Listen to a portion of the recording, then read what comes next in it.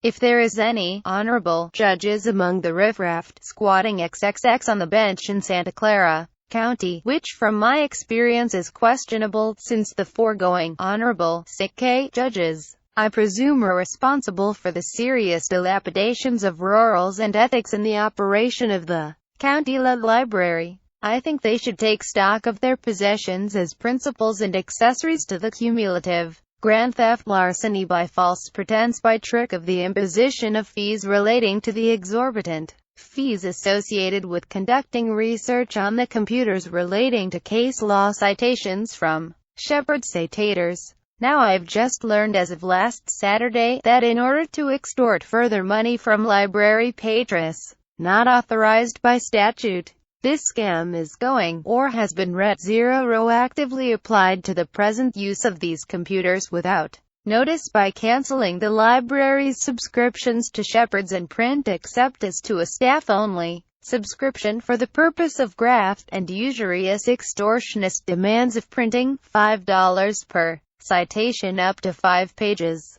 plus 25 cents per each additional page, end quote. Know this. The statute only authorizes costs associated with copying, which have to be reasonable in amount and not as a device to gorge out the eyes and pocketbooks of library patrons. In any case, the statute does not authorize library fees for the use of materials including Shepard's or computers to conduct research. First, you brigands are charging $1 per page for the first 5 pages and 235 cents for each page. Thereafter totally disproportionate to the levying of the costs of the first 5 pages or each page thereafter, and I might add 5 cents over and above, and 80 cents over and above doing your own copying at the copiers. You seem to think that you are running a supermarket chain store selling specials and then soaking the patrons in other costs. What you bastards then is a soaking in a ducking reserved in older times for thieves and swindlers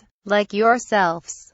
Any of these filthy judicial bastards I've had the unpleasant, obnoxious experience in dealing with in the courts of this county. Fortunately, excepting present company, know what they're, and know I know what they're. There's only one way to deal with these rogues and clowns in judicial robes: impeachment and indictment. It is my opinion that these honorable judges have no more honor than they had integrity as former attorneys in the legal mafia, now the legal judicial mafia.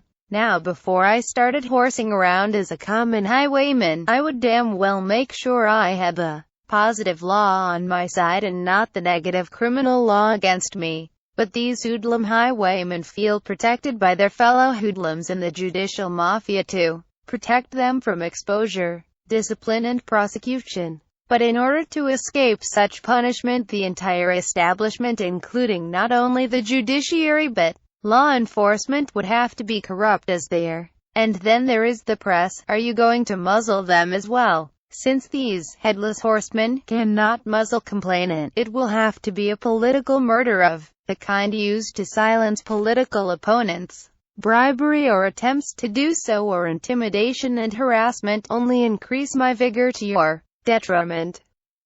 Think of what I said here, as relates to your obligation to follow the law, as written, not diluted by the rot-gut whiskey consumed and furnished to the general public. As an experienced researcher and litigant, however appropriate persona, and informs papyrus, I can't afford to be the victim of judicial malpractice and common thuggery along the lines of the skull and crossbones, or afford the grand theft larceny of their friends and accomplices in the legal mafia and their usurious fees. 5 cents on the dollar is their real value, and thus I will resist and larcenous activities of their blued brothers on the bench or a high chair, as the case may be. The latter need seat belts in case their bumper cars cause them to fall out of their chairs. I will resist any effort to close the courtroom to plaintiff herein, whether it be in the courts themselves and the decrepit psychological miscast misfits therein, or their heathen breathin', functioning as a doorstop on the board of trustees and the law library, and their stooges and doormats employed as such in the library. You have a choose, either like the courthouse itself, reduce the operating hours to cover the alleged deficit and prove such deficit, or proceed as you are, and risk the consequences of a theft conviction. Note that the courts did not arbitrarily increase fees without lawful authority, but reduced operating hours. This Board of Trustees can learn from the same instead of operating a scam as a pretext to commit larceny by trick. P.S. Immediately stop collecting these unlawful fees, and return those stolen from library patrons. I'm not going to waste any effort getting you to comply with the law, but will act to comply. Enforcement.